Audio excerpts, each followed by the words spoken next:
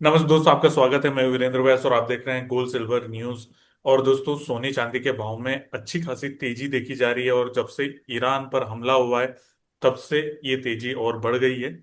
तो अब यहां से आगे भाव कैसे रहने चाहिए और आपको न्यूज के इस माहौल में कितना सतर्क रहने की जरूरत है, क्योंकि चारों तरफ से न्यूज आ रही है और उसका इम्पैक्ट आपके ऊपर पड़ता है और आपके फाइनेंशियल डिसीजन जो भी आप खरीद बिक्री करते हैं उसके ऊपर पड़ता है। तो इन सब चीजों से कितना सतर्क रहने की जरूरत है, इस पर बात करने के लिए हमारे साथ मनोज कुमार जैन जी हैं, पृथ्वी फिनमार्ट में डायरेक्टर। नमस्ते मनोज जी, स्वागत है आपका।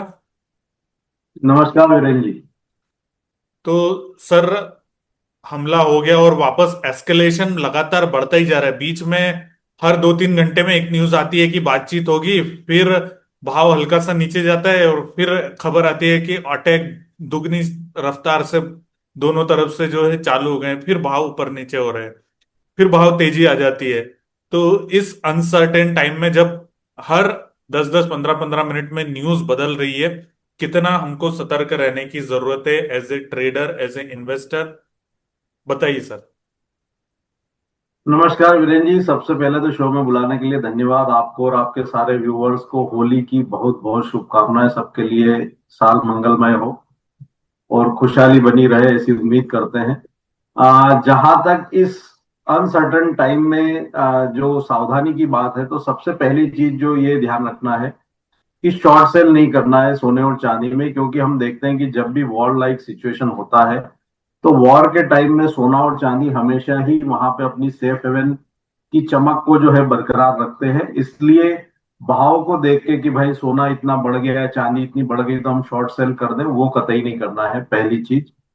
दूसरी चीज, ऐसे ट्रेडर जिनकी कोई शॉर्ट की पोजीशन बनी हुई है या कोई ऐसे ज्वेलर्स हैं जिनका वहां पे सामने कोई बुकिंग है सेलिंग की, जिसके सामने उनको माल परचेस करना है और अगर माल नहीं मिल रहा है तो उनको अपने रिस्क को ऑप्शन के माध्यम से हेज करना चाहिए, वहां पे कॉल ऑप्शन बाय करके, ताकि रिस्क मैनेजमेंट प्रॉपर रहे। क्योंकि वॉर की सिचुएशन में हर न्यूज के बेसिस पे मार्केट जो है अपना रिएक्शन देता है और वहां पे ऊपर और नीचे दोनों तरफ की मूवमेंट आती है।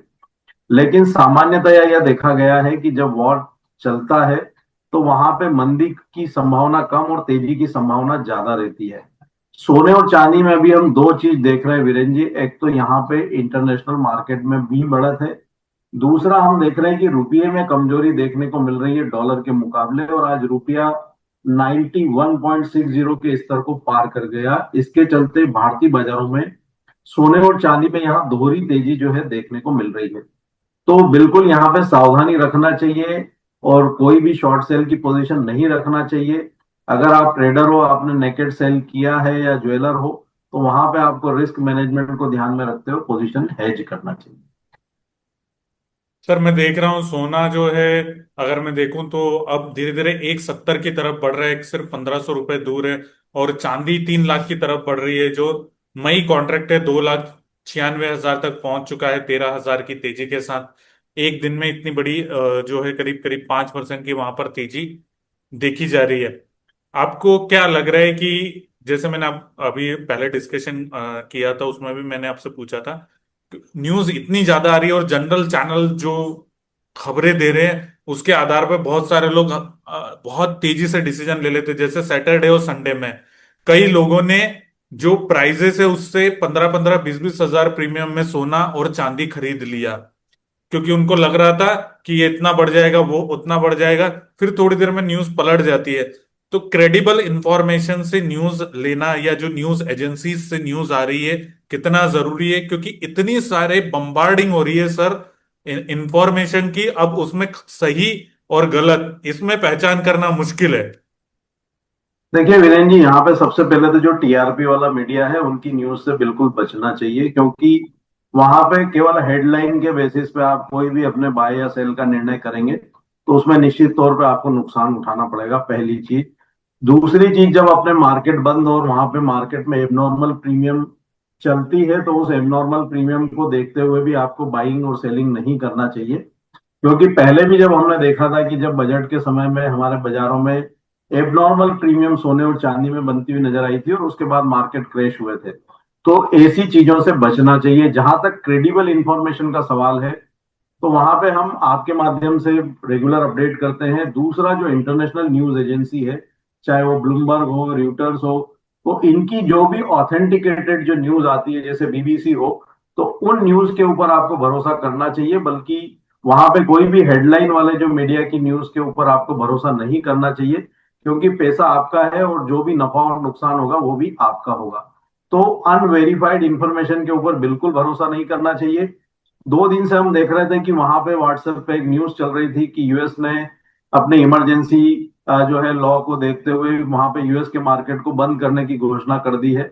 और इस तरह की फेक न्यूज मेरे पास कम से कम 10 से 15 लोगों ने उसको भेजा होगा, और हमने उनको यही बोला कि ये अनवेरिफाइड न्यूज है, इंटरनेशनल मीडिया में ऐसी कोई न्यूज नहीं है। न ही यूएस के कोई रेगुलेटर की तरफ से इस तरह का कोई सर्कुलर जारी किया गया है। तो इस तरह की जो भ्रामक खबरें आती है उनसे आपको बचना चाहिए, क्योंकि इसी प्रकार की खबरों में आकर के आप नफा यहाँ पे नफा कम नुकसान ज्यादा कर जाते हैं। तो इनसे बचना चाहिए, और जो ऑथेंटिकेट न्यूज का सोर्स है उसी के ऊपर भरोसा करना चाहिए, वीरेंद्र जी। आपने बोला, मैं कल दिल्ली में एक डिस्कशन शो था, जब मैंने वो डिस्कशन शो खत्म किया तो एक सज्जन जो कि हमारे सब्सक्राइबर भी, वो आए और तुरंत उन्होंने मुझे बोला, सर अभी अभी न्यूज आ रही है कि अमेरिकी सरकार ने कॉमिक्स को बंद कर दिया है, अभी जो है हमारे व्हाट्सएप पर ये न्यूज आई है। तो दोस्तों, ऐसी कोई भी चीज नहीं है जो व्हाट्सएप पे आपको अनवेरिफाइड इंफॉर्मेशन सिर्फ मैसेज के तौर पे मिलती है। उसको बहुत ध्यान से समझ के उसके ऊपर कोई भी डिसीजन लेना है।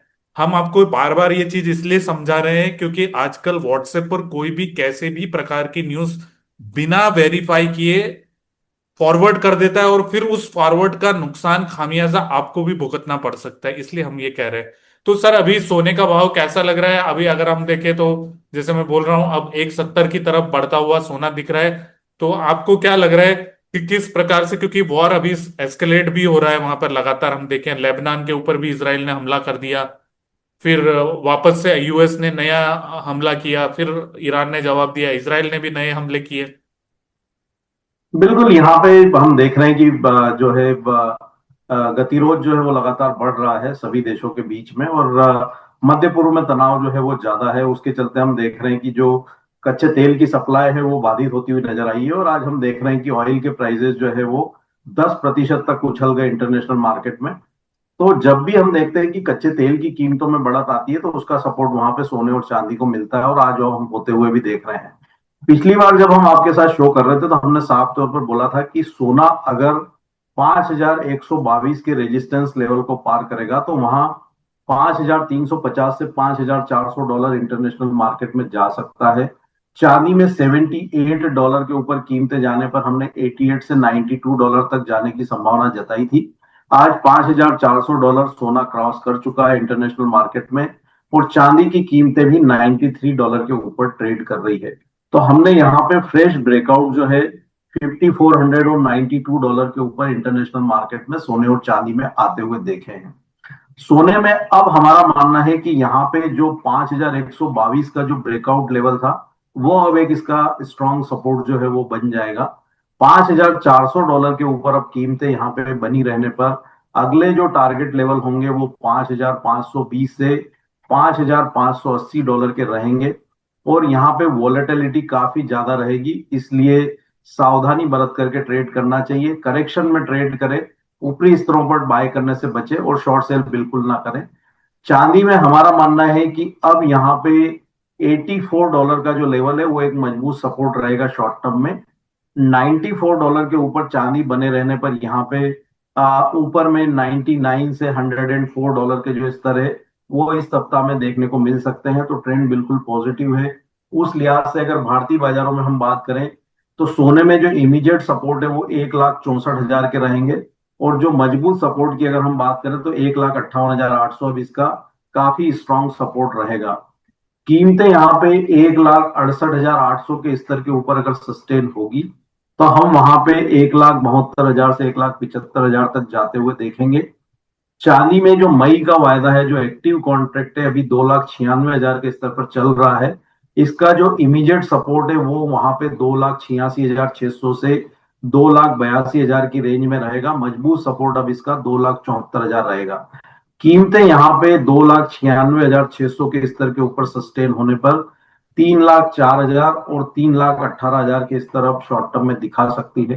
ट्रेंड पॉजिटिव है, कोई भी डिप्स आता है सपोर्ट लेवल के आसपास तो बाय करके चलिए, शॉर्ट सेल नहीं करना है। और हमारा मानना है कि सोना अब यहाँ पे जो प्रीवियस हाई थे $5,650 के, उसको भी यहाँ पे क्रॉस कर सकता है। और चांदी की कीमतें भी $110 तक शॉर्ट टर्म में जा सकती है। तो काफी एक स्ट्रॉन्ग पॉजिटिव मोमेंटम दोनों ही प्रीशियस मेटल में बनता हुआ नजर आया है। लेकिन यहाँ पे एक सावधानी ये भी रखना है कि अगर यूएस और ईरान के बीच में कोई भी अगर वार्ता समझौते की आगे बढ़ती है तो फिर वहां पे करेक्शन भी देखने को मिलेंगे। तो ऐसी कोई भी वेरीफाइड न्यूज यूएस या ईरान की तरफ से आती है और करेक्शन आता है तो वहां पे अपनी पोजीशन में मुनाफा बांधने की भी आपको तत्परता दिखानी है और सावधानी रखना है, क्योंकि न्यूज के बेसिस पे मार्केट यहाँ पे बिहेव करता हुआ नजर आएगा वीरेंद्र। कुल मिला के पूरे समय आप स्क्रीन पर ही बैठे रहिए, क्योंकि 10 मिनट पहले जिसको इन्फॉर्मेशन मिल जाए वो जो है आगे निकल जाता है। ये बहुत जरूरी है आज के समय में। और इन्फॉर्मेशन मिलना, उसको वेरीफाई करना एंड देन एक्ट करना, ये भी जरूरी है। क्योंकि आजकल बहुत सारे डिजिटल स्कैम हो रहे, तो ये डिजिटल स्कैम अलग चीज है, और इसकी वजह से आपका मुनाफा या आपका नुकसान हो जाए वो भी एक तरह का आपके साथ स्कैम ही है, कि कोई अनवेरिफाइड नहीं, इंफॉर्मेशन। इसमें भी स्कैम ही एक तरह के चल रहे हैं। जो जो भ्रामक न्यूज जो सोशल मीडिया के जरिए फैलाई जाती है वो एक तरह का स्कैम ही है। और सरकार भी लगातार बोलती है कि आपको ऐसी कोई भी भ्रामक न्यूज आती है तो उसके ऊपर विश्वास नहीं करना, उसको फॉरवर्ड नहीं करना है, क्योंकि अगर कोई भी गलत इंफॉर्मेशन आप फॉरवर्ड करते हैं तो उसकी जवाबदारी भी आपकी होती है। तो ऐसी चीजों से बचना चाहिए।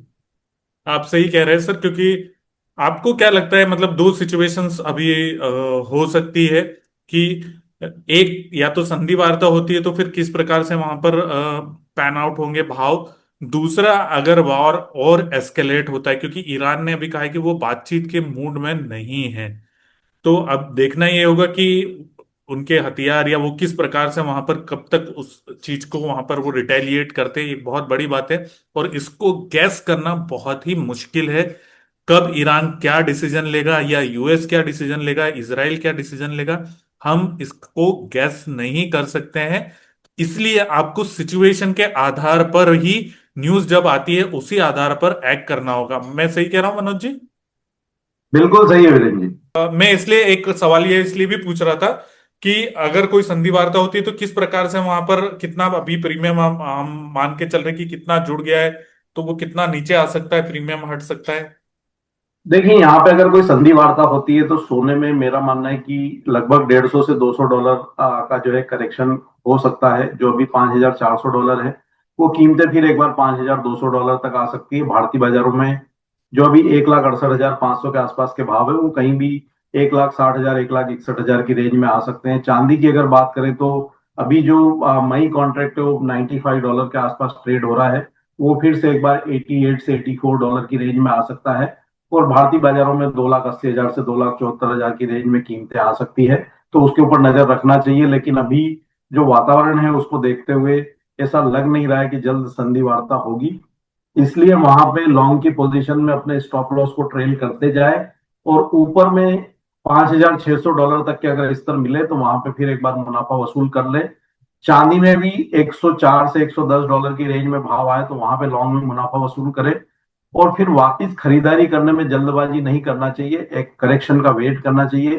क्योंकि जब भी ऐसी बड़ी वॉलेटिलिटी आती है तो उसके बाद मार्केट में करेक्शन भी वहां पे डीपर आता है। और ये हमने अभी रिसेंटली देखा भी था, जनवरी के आखिर में और फरवरी मंथ की शुरुआत में। तो यहाँ पे निवेशकों को यही सावधानी बरतना है, लमसम एक लेवल पे आपको पैसा नहीं लगाना है। लंबी अवधि के निवेशकों को एसआईपी के रूप में ही पैसा लगाना है। और जब भी आपके निवेश किए गए भाव से आपको 20-30% का रिटर्न मिलता है तो उस प्रॉफिट को बुक करने से भी ना चुके और वापस नीचे के लेवल पे बाय करने का नजरिया रखें, तो ही आप यहाँ पे जो है इस मार्केट से पैसा निकाल पाएंगे। Thank you so much Manoj ji, सारी जानकारी देने के लिए। सर, कोई डिस्क्लेमर देना चाहेंगे आप? सोने और चांदी के फ्यूचर्स मार्केट में हमारी कोई पोजीशन नहीं है वीरेंद्र जी, लेकिन रिकमेंडेशन के चलते हमारे क्लाइंट्स की इनमें पोजीशन हो सकती है। निवेशक इस वोलेटाइल मार्केट में सावधानी के साथ ट्रेड करें, स्टॉप लॉस जरूर लगाएं और हमारे कोई भी सेबी रजिस्टर्ड जो है वित्तीय सलाहकार से राय लेकर के ही अपना ट्रेड और निवेश करें। और दोस्तों, जैसे हमने कहा कि वीडियो हमने सिर्फ जानकारी के पर्पज से बनाया है। न्यूज के ऊपर नजर बना के रखिए, ऑथेंटिक सोर्स की न्यूज ही आप कंज्यूम करिए, क्योंकि पैसा आपका है। फायदा अगर आपको होगा तो नुकसान भी आपको ही सहना है। Thank you so much.